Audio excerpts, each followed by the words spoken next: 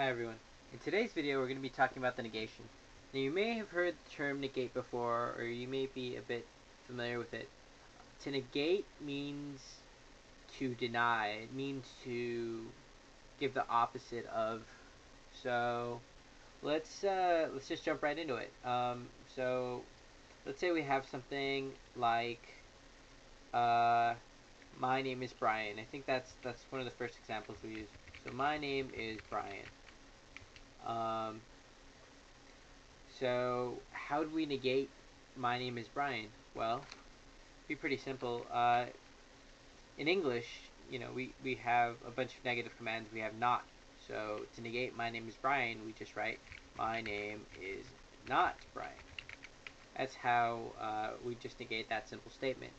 Now, in a similar way, I think the actual first example we used is um, the first example I used in one of the first videos was hello is not a statement capable of being true or false. It's one of the first examples we used. So in this instance, this statement already has a negation in it. It says hello is not a statement capable of being true or false. So how do we negate that statement? Well, in English, we're not allowed to use double negatives, but we'd say something like, hello isn't not a statement capable of being true or false or something.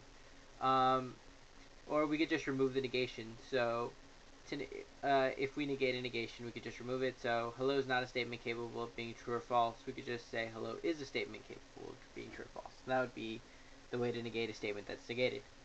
So in all the other videos, we've introduced an operator. So what's the operator that we're going to be introducing in this video? Well, in this video, we're going to be introducing the negation operator. Now, the negation operator is symbolized with this thing called a tilde. Now, for those of you doing the logic course with a pencil and paper, the way that you normally write a negation is this way with the squiggly line, and then let's say my name is not Brian, so I'll write that with the B. So you write the squiggly line next to the B. And the way I'm going to be writing it in this course is negation on the left side and B on the right side. I'm going to be treating them as equivalent. Now, so this statement right here is my name is not Brian. It's the negated form. Now, as we learned from our truth value videos, a statement on its own has the truth values of true and false. Now, since again in this example, this statement is negated, it's going to have the exact opposite truth values because it's negated. It's the opposite. So since B has the truth values true and false, not B. Remember, the negation has the priority. The statement isn't saying B, but it's saying not B has the truth values false and true. So this is just one of the quick ways of how the negation works. The negation takes priority and it has opposite truth values. So now that we kind of have an idea about how the negation works, let's take a look at a quick truth value. So let's write P or Q. I want to just go through a normal truth value with the OR operator first. So P or Q would have true, true. Here, let me write these in capitals. True, true, false, false. And then Q would have, let me write Q in capitals too. True would have true, false, true, false. And then the truth value of the OR operator would have true, true, true, false. Now, what if we had not P or Q? Well, P has the truth value true, true, false, false. So not P would have the opposite truth value, which would be false, false, true, true. And again, we just have regular Q right here, so we could just copy its truth value, true, false, true, false. And as you can see, I'm not writing the P's truth value right here, and the reason I'm not doing that is because you want to try to limit writing as many truth values, as many unnecessary truth values as you can, because the more truth values you have, the more confused you can get. So I'm only writing the negation's truth value because it's the main one and it has priority over the P. So now we have these two truth values, we can construct a truth table for the main operator, which is the OR. So we have a true and we have a false, we get a true. We have a false and we have a false, we get a false. We have a true and we have a true, so we get a true. And we have a true and a false, so we get a true. And so this is an example of how the negation would work in a truth table with an operator like this. And in a similar way, Q would work that way. Let's just do P or not Q for the opposite example. So we just copy P's truth values because P remains the same. True, true, false, false. And for Q, we get opposite truth values. So instead of true, false, we get false, true, false, true. And we construct the truth table in a similar way. So true, you have a true right here and a false right here, so it's true because you only need one true for the OR operator. True right here, so we get a true. False right here, so we get a false. And false right here, true right here, so we get a true. And so that's how it works with the OR operator. Now let's take a look at propositions that are a bit longer. So I'm going to delete all these to come up with some good space. Let's delete these. Let's see. Let's try P and Q, or actually P and not Q or R. Alright, this is what we're going to write down. So you get a regular truth values: true, true, true, true, false, false, false, false, false, false, 4 true, 4 false. Then we jump onto our Q. Remember, in this normal circumstance, Q would be, well, I'll just write it down. So Q would be true, true, false, false, true, true, false, false.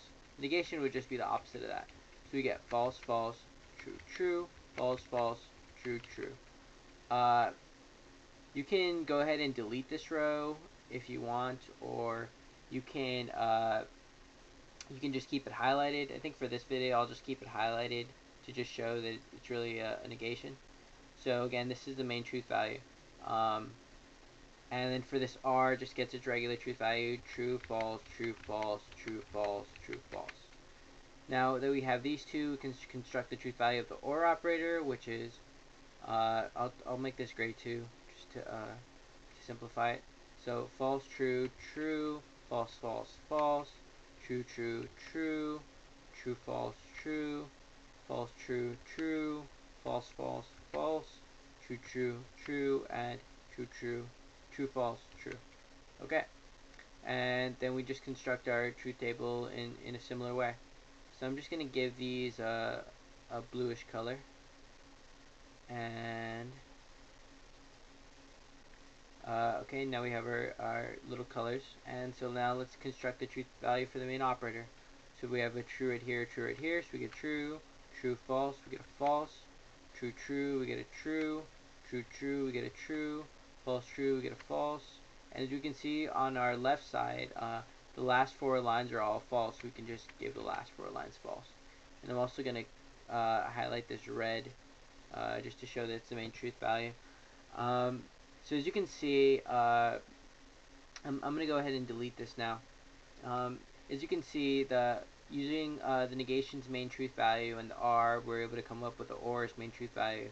And the negation's main truth value is exact opposite of what Q's would be in a normal, not Q's truth value is exact opposite of what Q's would be in this normal instance. So as one final look into the negation operator, let's take a look at how the negation works, influencing the truth value of operators. So let's say we have P. Here, let me change this back to black. So let's say we have if P. I'm going to write it a little conditional. If P, then Q, right? So P then Q's truth value would be true, true, false, false, true, false, true, false. And the truth value for the conditional would be true, false, true, true. Okay? So if we were to change that, if we were to negate that, what would happen? Well, I'm going to put this P in parentheses, so open parentheses and write P. Then I'm going to do the same thing with Q, Q, close parentheses. And I'm going to put a little negation side right outside. And I'm going to delete these main truth values. So I'm just going to go and delete them right there. Now, when you have the negation operator right here, all that happens is that the negation operator, while it does influence P and it does influence Q, the cool thing is we don't really have to worry about that. What we can just know from looking at it is the negation influences this whole thing. Through knowing P and through knowing Q, we know the truth value of them both through the conditional operator. And since the whole thing is being negated, we can know that we get the opposite truth value instead. So instead of getting true, false, true, true, we get false, true, false, false. And the negation works that way for the other operators as well. For the AND operator, for example, which is P and Q in this instance, let me just move this right here. Yeah, for the AND operator, which is P and Q,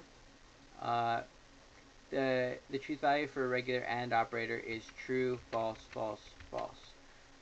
So when we had the negation of an AND operator, instead of getting true, false, false, false, we would get false, true, true, true.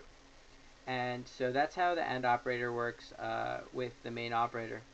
And so, yeah, this was just a quick introduction into how the AND operator works, and I'll see you guys in the next video.